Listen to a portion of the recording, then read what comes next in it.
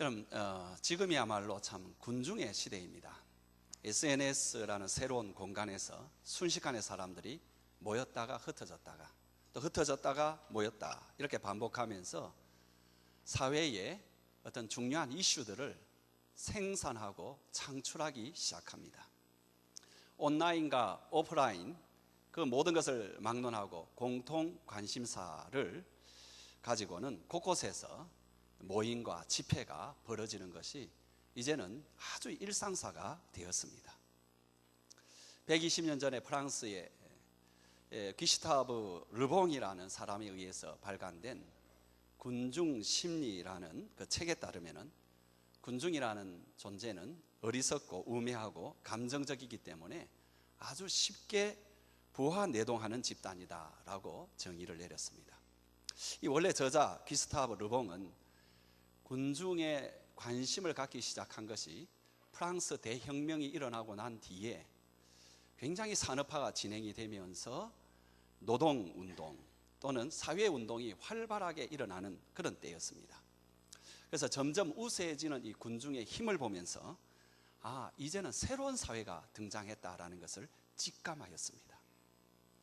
그래서 그는 늘 지금까지는 범죄와 관련되어서 생각되었던 군중 이런 어떤 의미였는데 이제는 이것이 아니고 완전히 새로운 어떤 사회의 세력으로서의 군중 그것을 보게 되었고 또 그 존재를 조금 과학적으로 연구를 할 필요성을 느꼈습니다. 그리고 연구한 그 결과는 뭐냐 하니까 군중은 굉장히 감정적인 존재라는 것입니다. 그의 말에 따르면은 이 군중과 인간은 너무 다르다라는 거죠. 개인은 군중이 딱 되는 순간에 이성적인 작용 이런 것이 멈추어버린 아주 그런 어떤 무방비 내지 무의식의 상태에서 감정의 롤러코스터를 타는 그런 어떤 존재로 변해버린다.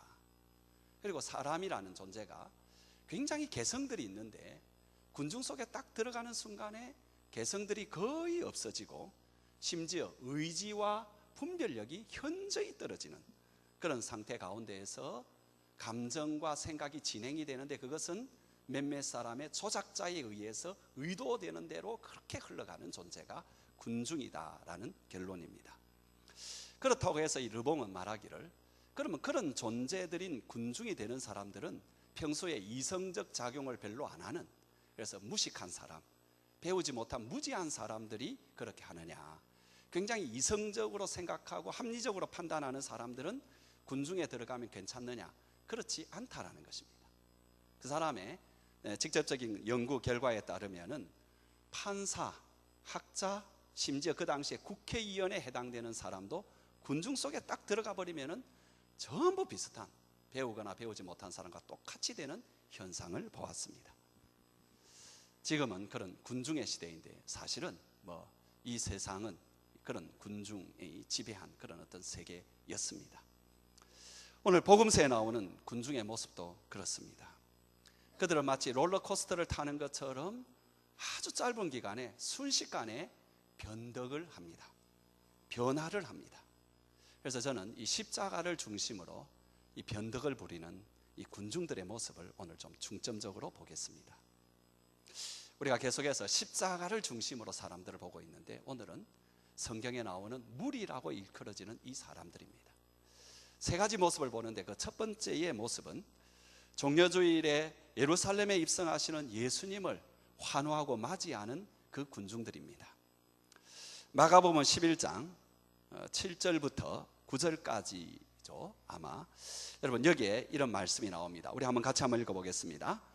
나귀 새끼를 예수께 끌고 와서 자기들의 겉옷을 그 위에 얹어 놓음에 예수께서 타시니 많은 사람들이 자기들의 겉옷을 또 다른 이들은 들에서 벤 나뭇가지를 길에 펴매 앞에서 가고 뒤에서 따른 자들이 소리 지르되 호산나 찬송하리로다 주의 이름으로 오시는 이여 찬송하리로다 오는 우리 조상 다윗의 나라여 가장 높은 곳에서 호산나 하더라. 그날의 이 군중들은 예수님을 크게 환영을 하였습니다. 그래서 그분이 가시는 길에 그들의 겉옷을 펴고 또 들에서 변 나뭇가지를 이렇게 펴면서 앞뒤에서 예수님을 호위하면서 크게 소리 높여 찬양을 했습니다.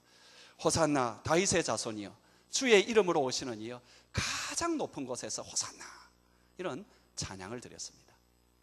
근데 이 보도를 누가복음에서 보도하는 것을 좀 자세히 이렇게 보게 되면은 제자들이 먼저 그들의 겉옷을 땅에 펴는 장면이 나옵니다. 오늘 본문에도 그 비슷한 건 나와요. 근데 마가복음에서는 그 느낌이 나귀 새끼의 안장에다가 제자들이 겉옷을 그 위에 덮어놓는 그런 느낌이 드는데, 그것뿐만 아니라 누가복음에 따르면 제자들이 자기들의 옷을 벗어서 그 길에 이렇게 펼쳐 놓습니다. 아마 이 제자들이 하는 모습을 보고 군중들이 따라한 것 같습니다. 제자들이 하는 행동을 보면서 이분이 굉장히 대단한 분이 오시는데 이분이 아마 왕으로 오시는 그런 분이라고 소문이 났는데 그분은 저렇게 환영하는가 보다, 그렇게 해서 따라 했을 것입니다. 그렇지만 적어도 그들은 예수님을 지금 기대하고 있고 환영하고 있고 그리고 맞이하고 있는 그런 마음들입니다. 호산나 다윗의 자손이여 주의 이름으로 오시는 이여 높은 곳에서 호산나. 여러분, 이 외침은 정확하게 그들의 믿음 자체를 보여주기는 좀 뭐합니다만 적어도 그들이 그 예수님을 향하여 기대하는 기대치를 표현했을 것입니다. 로마 제국에서 유다 민족을 구원해 주실 그 어떤 메시아로서 기대를 하고 그 기대치를 지금 그렇게 외치고 있었을 것입니다. 여러분, 그 뒤에 보게 되면은 우리 예수님께서 바로 이어서 성전을 청결케 하는 사건이 나오죠. 그런데 그 일에 대해서 대제사장들과 장로들, 서기관들이 예수님을 죽이고 싶어 합니다. 왜냐 하니까는 예수님의 그 행동 자체가 그들의 더러운 치부를 드러내는 것이 되었고, 또 한편으로는 군중들이 종교 지도자들인 자기들을 따르는 것보다 그분을 따르는 듯이 보였기 때문에 그렇습니다. 그래서 마가복음 11장 18절에 보면은 이렇게 나옵니다. 대제사장들과 서기관들이 듣고 예수를 어떻게 죽일까 하고 꾀하니 이는 무리가 다 그의 교훈을 놀랍게 여김으로 그를 두려워함이러라. 여러분, 이 시점에서 적어도 군중들은 예수님 편이었습니다.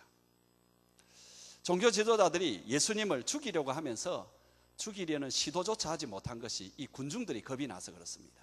이 군중들이 예수님의 가르침에 아주 놀라고 따르고 그래서 쉽게 예수님을 죽일 시도조차 하지 못하고 있습니다. 이것이 십자가를 중심으로 볼 때 첫 번째 나타난 군중의 모습입니다. 이 군중의 모습은 180도로 완전히 변합니다. 그것도 며칠 만에. 마가복음 15장 11절에 보면은 이 군중들은 제사장들의 충동에 따라서 어떻게 외치느냐, 우리 한번 같이 읽어볼까요? 그러나 대제사장들이 무리를 충동하여 도리어 바라바를 놓아달라고 하게 하니, 앞에서 제사장들이 아니고 예수님 편에 서 있었던 이 군중들이 순식간에 대제사장들의 그 여론 조작에 넘어갔고 충동질이 되었습니다. 그래서 명절이 되게 되면은 제수 한 사람을 놓아주는 그런 전례가 있었는데 이 사람들이 와서 한 사람 놓아달라고 요구합니다. 그때 빌라도는 생각하기를 당연히 이들이 며칠 전에 바로 환영하였던 예수를 놓아달라고 하겠지, 그런 짐작을 하면서 누구를 놓아줄까라고 물었을 때에 예상과는 전혀 다른 답변이 나왔습니다. 뭡니까? 예수가 아니고 밀란을 일으키고 그 살인을 한 바라바를 놓아달라고. 그러면서 예수에 대해서는 예수는 십자가에 못 박아 죽여달라고. 아니, 변심을 하여도 이렇게 변심을 할 수 있습니까?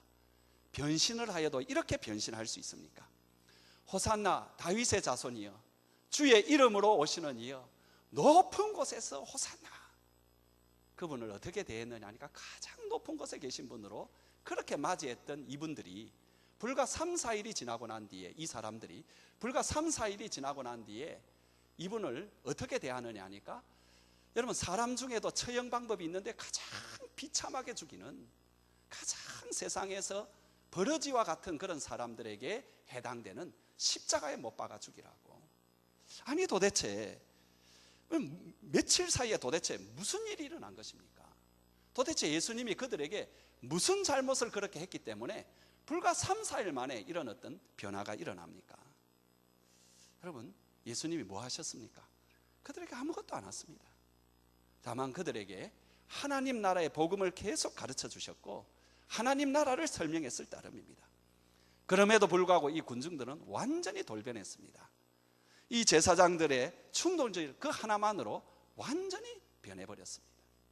이것이 여러분, 우리가 만나는 두 번째의 군중들의 모습입니다.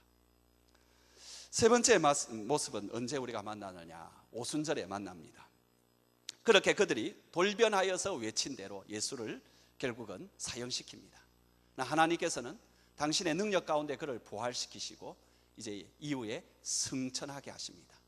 근데 예수님께서 승천하시기 전에 오순절을 기점으로 해서 하나의 예언을 하시는데 그 예언이 이제 오순절에 이루어지죠. 그 오순절이 되었습니다. 오순절에 예수님께서 예언하고 약속하신 대로 성령님이 오셨고 성령님께서는 그 예루살렘에 있는 모든 사람들의 영에 역사하기 시작하셨습니다. 특별히 사도들에게 역사하사 성령이 충만하여서 하나님의 말씀을 군중들 앞에서 전하기 시작했습니다. 그 군중들이 누굽니까? 불과 며칠 전에 예수를 십자가에 못 박아 죽여버린 그 군중들이지만은 성령의 충만을 받았을 때에 그들은 예수님에 대해서 군중들 앞에서 증거를 하는 것입니다. 어떻게 증거하느냐? 그러면 사도행전 2장 22절에서 24절 우리 한번 같이 읽어보겠습니다. 이스라엘 사람들아, 이 말을 들으라. 너희도 아는 바와 같이 하나님께서 나사렛 예수로 큰 권능과 기사와 표적을 너희 가운데서 베푸사 너희 앞에서 그를 증언하셨느니라. 그가 하나님께서 정하신 뜻과 미리 아신 대로 내준 바 되었거늘 너희가 법 없는 자들의 손을 빌려 못 박아 죽였으나 하나님께서 그를 사망의 고통에서 풀어 살리셨으니 이는 그가 사망에 매여 있을 수 없었습니다. 사도들의 말은 뭐냐 하니까 다른 그 사람들이 아니고 바로 너희가 예수를 죽였다. 그렇지만 하나님께서 이 모든 것은 예정 가운데서 진행하신 것이고 그리고 하나님께서는 그를 다시 살리셨다라는 것이 제자들의 말입니다. 그러자 군중들 가운데서 반응이 일어납니다. 물론 모든 군중들은 아니고 그 가운데 여러 사람의 반응이 일어납니다. 사도행전 22장 37절에 보면은 또 한번 같이 읽겠습니다. 그들이 이 말을 듣고 마음에 찔려 베드로와 다른 사도들에게 물어 이르되 형제들아 우리가 어찌할꼬 하거늘. 여기에서 군중들은 회개를 합니다. 아마 여기서부터는 우리가 군중이라고 말하는 것보다는 그냥 많은 사람들, 이 표현이 더 나을 것 같습니다. 왜냐하니까 첫 번째로는 모든 군중이 다 회개한 것은 아니기 때문에 그 중에 많은 사람들이 회개를 했기 때문에, 두 번째로는 이 회개는 군중 심리와는 다릅니다. 이 회개는 군중 심리에서 나온 것이 아니고 자기의 개인적인 인격적인 찔림과 결단에서 나온 것입니다. 우리가 어떻게 할까? 내가 어떻게 할까? 자신의 가슴을 치면서 바로 예수님을 못 박아 죽은 그 일에 대해서 찔림을 받고 회개를 하는 것입니다. 그들이 이미 예수님을 십자가에 못 박은 그 행위 자체는 없어지지 않습니다. 합리화시킬 수도 없습니다. 시간이 지나간다고 해서 무효화될 수 없습니다. 그것은 악이고 죄이고 그들은 악을 범했고 죄를 지었습니다. 그렇지만 성경에 보게 되면은 이런 우리의 악과 죄라 할지라도 하나님께서는 거기에 관하여 위대한 일 두 가지를 행하십니다. 첫 번째로는 하나님께서는 그 악조차도 선용을 하신다는 것입니다. 바로 이 악 때문에 예수님을 못 박은 일이 일어났고 그리고 그것으로 예수님의 구속의 사역이 진행이 되었고 완성이 되었습니다. 제가 거듭 말씀드립니다만 그렇다고 해서 그들의 악이 합리화되는 것은 아닙니다. 선이 되는 것은 아닙니다. 그러나 하나님은 어쨌든 우리의 악을 당신의 일을 위하여 선으로 바꾸실 수 있는 분이시라는 것입니다. 그렇게 하신다는 것입니다. 두 번째로 하나님께서 하시는 또 위대한 일은 그 악조차도 하나님께서 용서하시는 기회를 주신다는 것입니다. 여러분, 그 악이 선용이 되었기 때문에 용서하는 것은 아닙니다. 다만 그것을 용서받을 수 있는 회개의 기회를 주시고 그 기회를 통해서 주님께로 돌아오게 하는, 또 용서받고 하나님의 사랑 가운데 들어오게 하는 그런 축복을 하나님은 주실 수 있다는 것입니다. 지금 세 번째의 군중의 모습이 그런 모습입니다.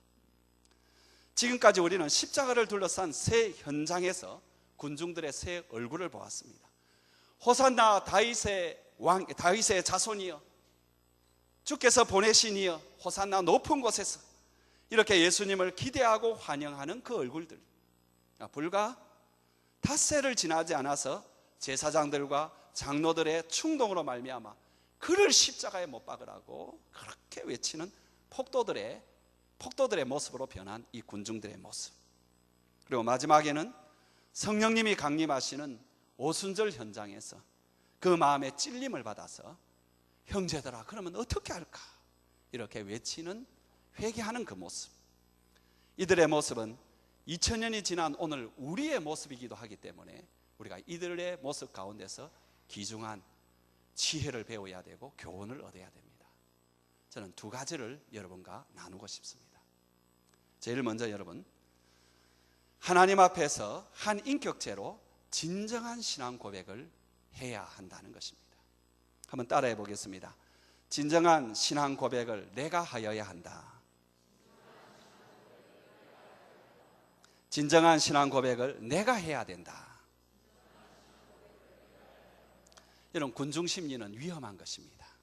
위험한 것뿐만 아니라 허무한 것입니다. 군중 심리는 여러분 이것은 늘 불완전한 것입니다. 많은 사람들이 몰려가니까 자기들도 몰려갔고, 제자들이 그렇게 하니까 자기들도 그렇게 했고, 제자들이 호산나 외치니까 자기들도 거기에 찬양을 하고 거기에 덩달아서 주님을 환영하였지만은, 그러나 그것이 자기 개인적인 깊은 생각과 결단에 입각한 개인의 희망에서 나온 것이 아니기 때문에 그것은 어떤 행동을 하든지 간에 참된 신앙이 될 수가 없습니다.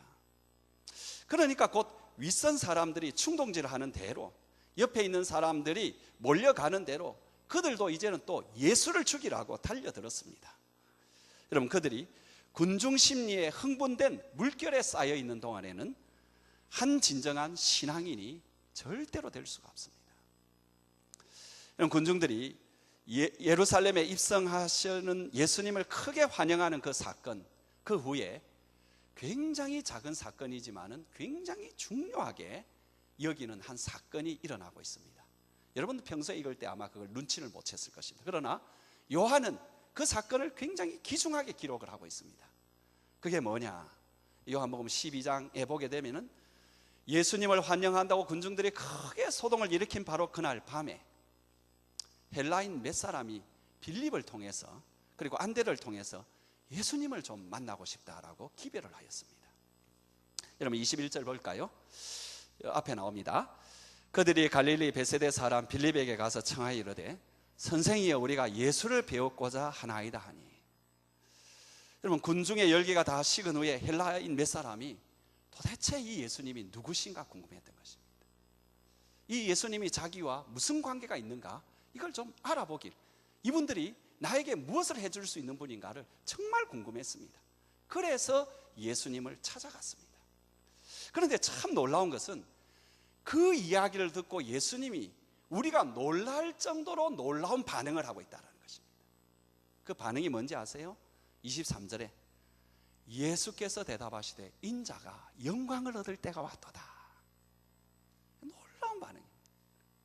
여러분, 많은 사람들이 환호를 하고 호산나한 그것 때문에 예수님이 이 말을 하는 게 아니고, 지금 몇 사람이 예수님을 개인적으로 뵙고 싶다라고 찾아온 그 사건에 대해서 주님이 뭐라고 표현하느냐 하니까 인자가 이제 영광을 받을 때가 왔도다. 여러분, 이것은 구원사적으로도 해석이 아주 중요한 해석이 되겠죠. 그러나 여러분, 제가 오늘 집중하고 싶은 것은 이렇게 한 개인이 주님 앞에 인격적으로 나오는 이것에 대해서 주님께서 정말로 의미 있게 취급하고 있다는 것입니다. 얼마나 이것을 의미 있게 취급하고 계시는지 모릅니다. 신앙은 개인적인 깨달음, 개인적으로 찾아가는 것, 개인적인 믿음에 의해서 비로소 자기에게 살아있는 가치가 됩니다. 물론 여러분, 믿지 않는다고 해서 신앙이 가치 없는 건 아닙니다. 신앙은 그 자체가 완전한 절대적인 가치를 가지고 있습니다. 그러나 그것이 나에게 가치가 있을 때에는 내가 개인적으로 주님을 찾아가고 주님을 만나고 주님과 단판을 짓고 주님과 속삭여야 됩니다. 이 사건이 있어야 됩니다. 예수님께서도 제자들에게 뭐라고 말씀하시느냐 하니까 사람들이 나를 누구라 하느냐 이렇게 처음에 묻습니다. 그러나 예수님에게 더 중요한 가지고 계시는 그 질문이 뭐냐 하니까 너희는 나를 누구라 하느냐, 이 질문입니다. 사람들이 누구라 하느냐, 거기가 아무리 그것을 전하고 거기에 대해서 말한다 할지라도 그것이 자기의 고백이 되지 않으면 아무런 가치가 없습니다. 그래서 주님께서는 너희가 나를 누구라 하느냐, 이렇게 주님이 정말로 이제 십자가를 가시기 바로 그 직전에 아주 중요한 시간에 심각하게 묻습니다. 누구에게? 3년간이나 따라다녔던 제자들에게. 아니, 제자들 정도 되면은 제자들이니까 뭐 나에 대해서 이제는 충분히 알겠지. 한두 번 이야기해봤나? 한두 번 같이 다녔어? 한두 번 나의 어떤 이런 것을 보았어? 그렇게 할 법합니다. 그래서 넘어갈 법합니다. 안 넘어가십니다. 뭐라고 하시느냐 하니까 너는 나를 누구라고 생각하느냐. 사실은 한 사람 한 사람에게 묻는 것입니다. 가끔은 저도 이런 점에서 굉장히 갈등을 느낍니다. 특별히 여러분 병원에 신방 갔을 때 굉장히 갈등을 느낍니다. 어떤 병은 잠시 병원에 입원했다가 뭐 회복되는 그런 병이 있는 경우는 뭐 큰 관계가 없지만은, 어떤 병은 이 사람의 생명이 별로 남지 않은 그런 심각한 그런 어떤 병이 밝혀지고 그런 가운데서 어쩌면 이분이 병원에서 돌아가실 수도 있다, 그런 경우도 있고요. 또 어떤 경우에는 이분이 나을 수도 있지만은 조금 뭐가 잘못 진행이 되면은 아주 심각한 상황 가운데 들어가게 될 것이다. 이럴 때에 여러분 제가 굉장히 고민이 많이 되는 것입니다. 왜냐하니까 여러분 이런 분일수록 죽음에 대해서 언급하는 것이 굉장히 힘듭니다.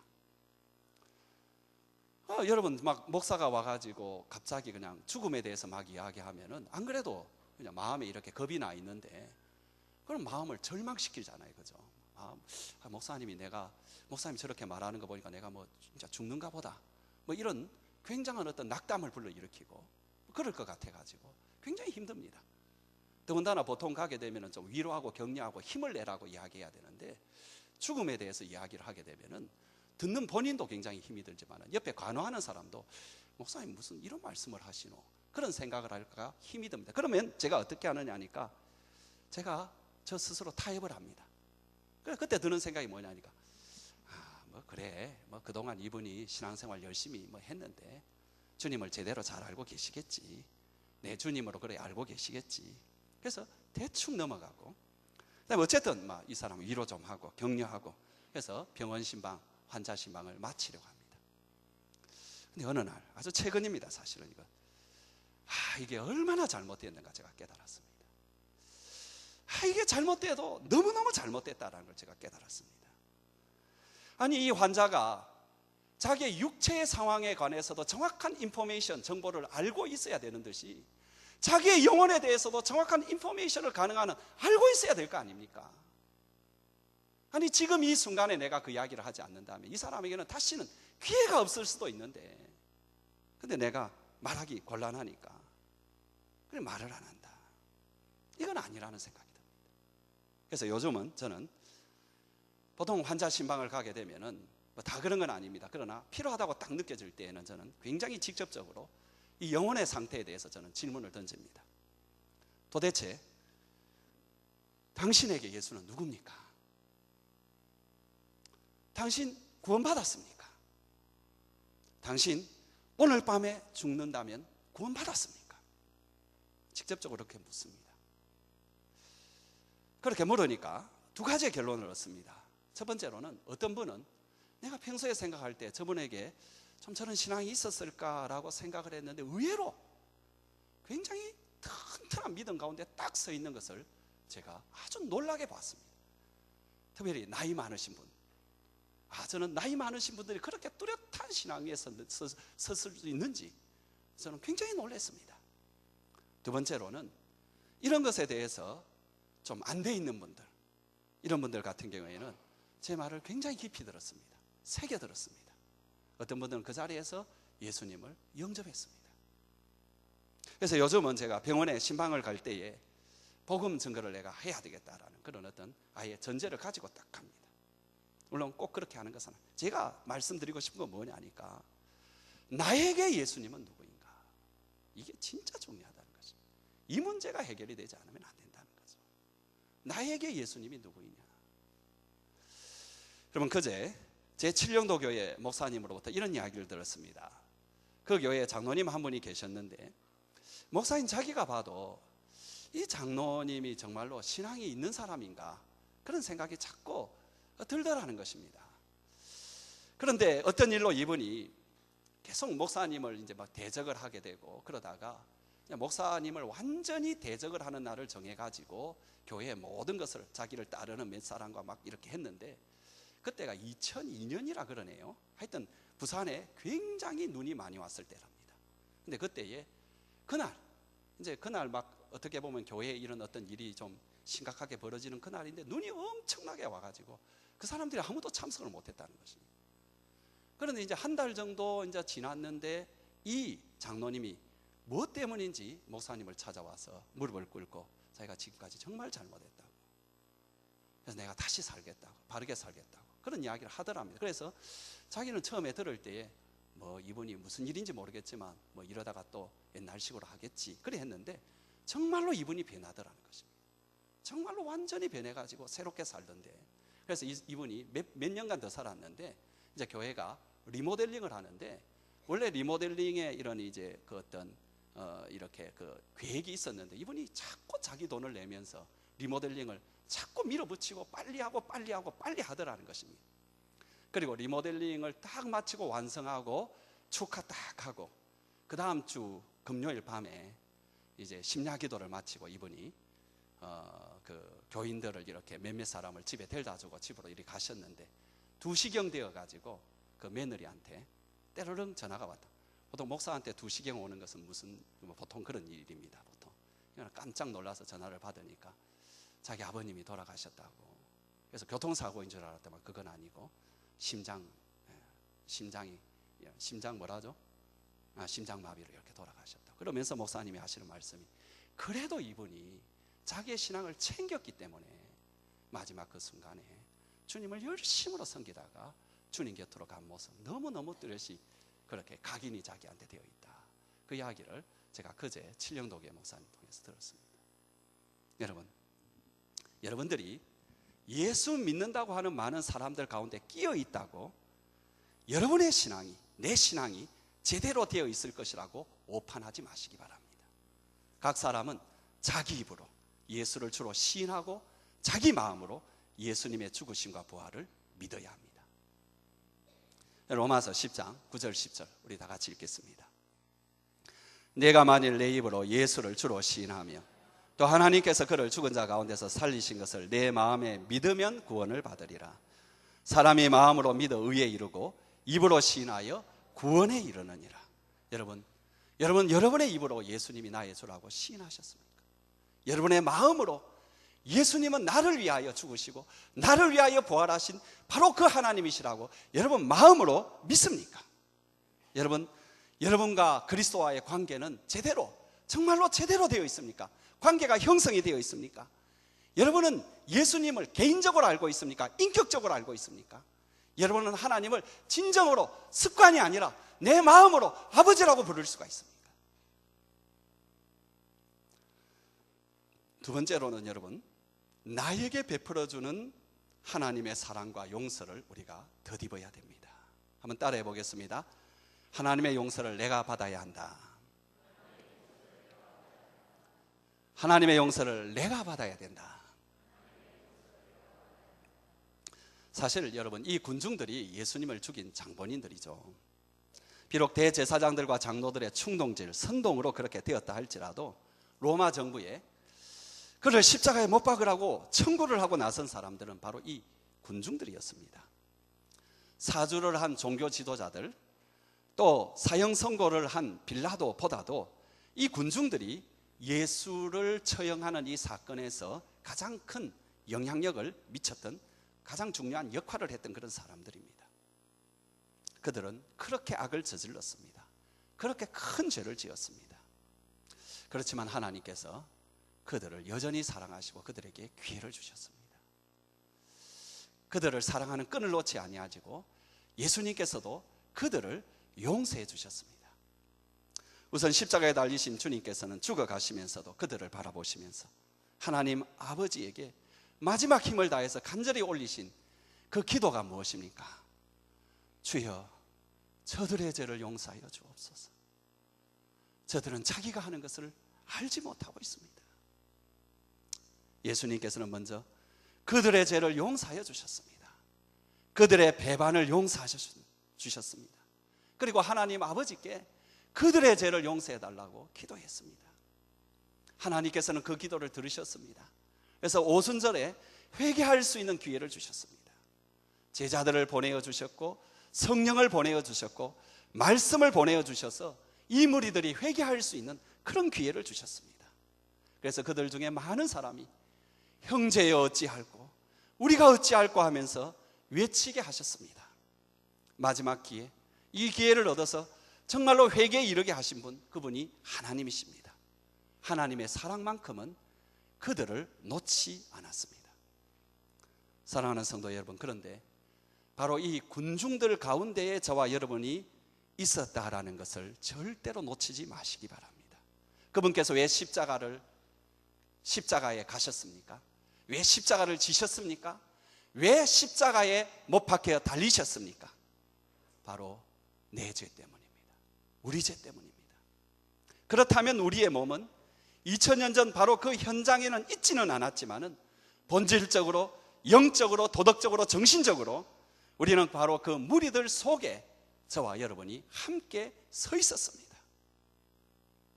우리가 그 군중들과 똑같은 공모자입니다. 우리의 죄 때문에 그분이 십자가로 가셨고 십자가를 지셨고 십자가에 못 박히셨다면 그날에 그를 십자가에 못 박으소서라고 소리치는 그 폭도들 가운데에 저가 서 있습니다. 여러분이 서 있습니다. 그 예수님의 손발을 못으로 박은 그 손이 바로 여러분의 손이고 나의 손입니다. 예수님을 죽이면서도 옆에서 욕을 하고 비방을 했던 그 목소리가 저의 소리입니다. 먼 깊숙이 찌른 창이 바로 제가 찌른 창이고 여러분이 찌른 창입니다.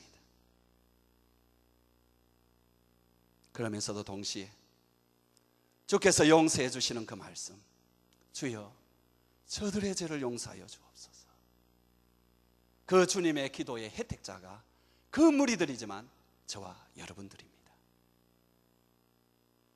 어떤 노부부가 있었는데 그들은 노인이지만은 하나님께 순종하고 말씀을 중심으로 살려고 애쓰는 그런 부부였습니다.